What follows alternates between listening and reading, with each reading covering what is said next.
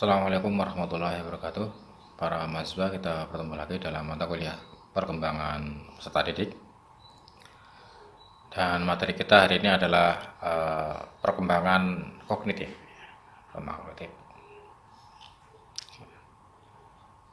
Perkembangan kognitif merupakan gambaran dari kemampuan berpikir anak ya. Jadi gambaran kemampuan berpikir anak ya. Dan kemampuan berpikir anak itu berkembang ya, dari fungsi-fungsi yang sifatnya sederhana dan konkret ke fungsi-fungsi yang sifatnya lebih rumit dan abstrak ya, terus berkembang. Nah, perkembangan kognitif ini dibentuk secara individu ya, melalui berkembangnya pengetahuan yang kemudian berinteraksi dengan lingkungan. Jadi pengetahuan individu itu berkembang dengan cara berinteraksi dengan lingkungan.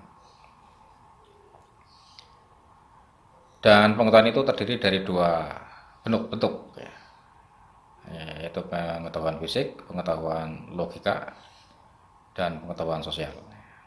Pengetahuan fisik ya terkait dengan pengetahuan sifatnya benda ya, bentuk ya.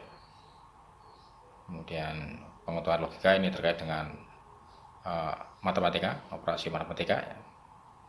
Dan pengetahuan sosial ini terkait dengan kehidupan sosial, kehidupan bersama.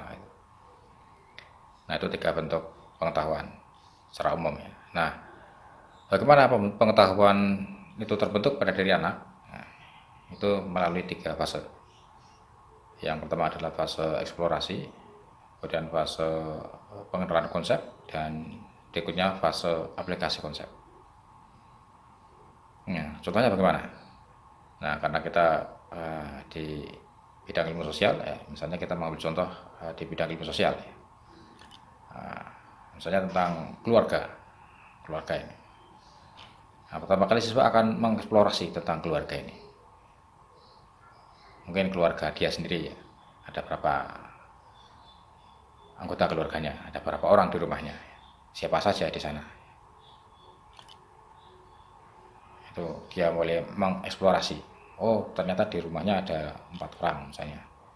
4 orang, ada ayahnya, ada ibunya, ada adiknya ya. Nah, itu dia mengeksplorasi ya. Nah, kemudian setelah dia mengeksplorasi itu, kemudian fase selanjutnya adalah fase pengenalan konsep. Jadi keluarganya yang berjumlah 4 orang itu bisa disebut apa sih? Ayahnya, ibunya, adiknya, dan dirinya sendiri itu di dalam rumah itu disebut apa? Nah, itu kemudian anak akan mengenal konsep keluarga. Oh, ternyata itu disebut dengan keluarga. Dan kemudian dikenalkan keluarga itu apa sih? Misalnya keluarga adalah kesatuan sosial yang terkecil yang terdiri dari anak, ayah, ibu, ya, anak ya. Minimal itu ya, itu berarti anak sudah mengenal konsep keluarga. Nah, kemudian setelah anak mengenal konsep ya, maka kemudian dia akan mengaplikasikan konsep itu ya. Nah, misalnya dia sudah mengenali tentang konsep keluarga, dia terapkan kepada tetangganya misalnya. Oh, di tetangganya ini ada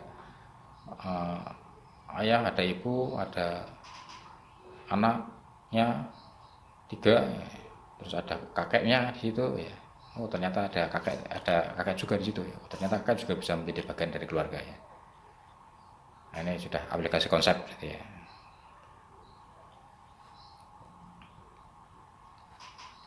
Nah, seorang tokoh yang berasal dari Prancis yaitu Sang Piaget ini membagi perkembangan kognitif anak itu ya, berdasarkan usia ya.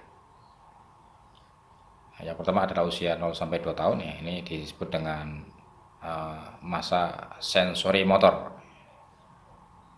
Jadi masa-masa di mana pemahaman anak ya, terhadap suatu objek ya, itu berdasarkan organ-organ sensori motoriknya. Ya, dengan inderanya gitu kira-kira ya. Nah, misalnya anak memegang benda bulat ya, dia pegang ya, dengan tangannya ya. Nah, dia memahami benda itu melalui gerakan-gerakan tangannya. Ini usia-usia sensori motor, sehingga anak usia ini biasanya aktif sekali ya. Anak tangannya ya, biasanya tangannya aktif sekali ya. Semua benda dipegang ya. Bahkan kalau ada ya api ya, kadang-kadang ya wah ya, karena nggak tahu ya ingin dipegang gitu ya. Itu karena ya sensori motornya sedang aktif-aktifnya ini masa ini ya. Ya ingin banyak mengenal benda-benda ya atau hal-hal lain ya dengan ya motoriknya itu ya. Nah, kemudian fase berikutnya adalah usia 2 sampai 7 tahun ya. Ini yang disebut dengan fase pre-operasional.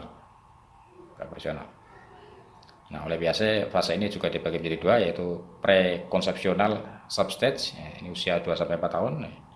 Nah, ciri dari fase ini adalah anak mampu memberi tanda pada objek di luar dirinya. Jadi memberi tanda atau ciri. Soalnya tadi misalnya anak pegang bola. Nah, ini anak sudah bisa ya. Oh, bola bulat.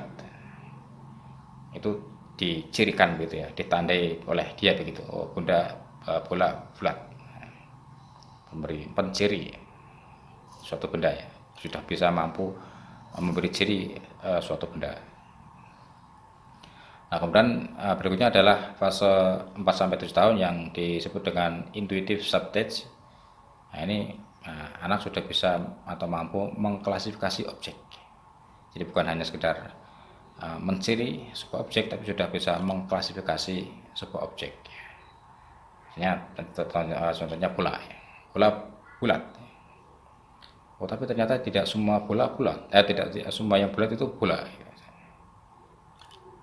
Ada benda-benda lain yang bulat ya, tapi bukan bola. Nah, ini anak bisa mengklasifikasinya. Dia di rumah mendapati benda-benda yang bulat ya, tapi ternyata bukan bola. Misalnya ada benda bulat tapi kecil, keras ya. Oh, ternyata ini kelereng. Ada lagi benda bulat ya, tapi baunya menyengat. Oh, itu ternyata kapur barus. Jadi anak sudah bisa memilah-milah ya, benda ya, atau mengklasifikasi benda ya, atau objek gitu. Itu masa intuitive substage. Nah, fase berikutnya adalah fase usia 7 sampai 11 tahun. Ini disebut dengan konkret operasional. Fase operasional konkret. Nah, fase ini anak sudah mulai bisa mengembangkan proses berpikir logis. Ya. Jadi menggunakan pikiran logisnya anak sudah bisa ini 7 sampai 11 tahun ya. Jadi misalnya kalau bola ditendang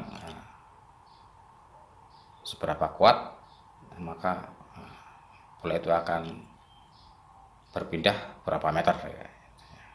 Jadi untuk menendang bola ke gawang dengan jarak 5 meter, maka berapa kekuatan yang harus digunakan ya untuk menendang bola itu sehingga sampai ke gawang itu ya. Nah, itu anak sudah bisa berpikir seperti itu. Lain misalnya adalah seorang anak yang berusia 8 tahun ini diberi 3 balok saya X, Y, dan Z.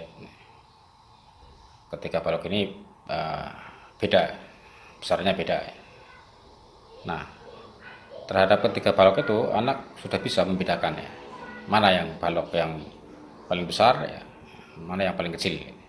Jadi anak sudah bisa membedakan besar dan kecilnya balok itu, berarti anak sudah bisa berpikir logis ya. Tapi ya berpikir logis yang ya masih sifatnya kekinian saja gitu ya, yang mudah diamati ya, yang mudah dia pahami dengan inderanya gitu. Nah, kemudian seandainya itu dibalik ya, mungkin konsep-konsep yang lebih abstrak lagi, yang lebih rumit ya, simbol-simbol yang lebih rumit ya, ini sudah bisa ya. Jadi misalnya kalau dalam matematika itu ya anak di usia SMP, SMA itu sudah diperkenalkan dengan simulator rumus-rumus matematika yang lebih rumit. Nah, itu anak sudah bisa. Ya, jadi sudah pada masa remaja kemampuan berpikir abstrak mereka sudah terbangun dan sudah bisa terus berkembang. Gitu ya. Nah, begitu kira-kira perkembangan kognitif materi pada kali ini. Selanjutnya bisa kita lanjutkan melalui diskusi. Ya.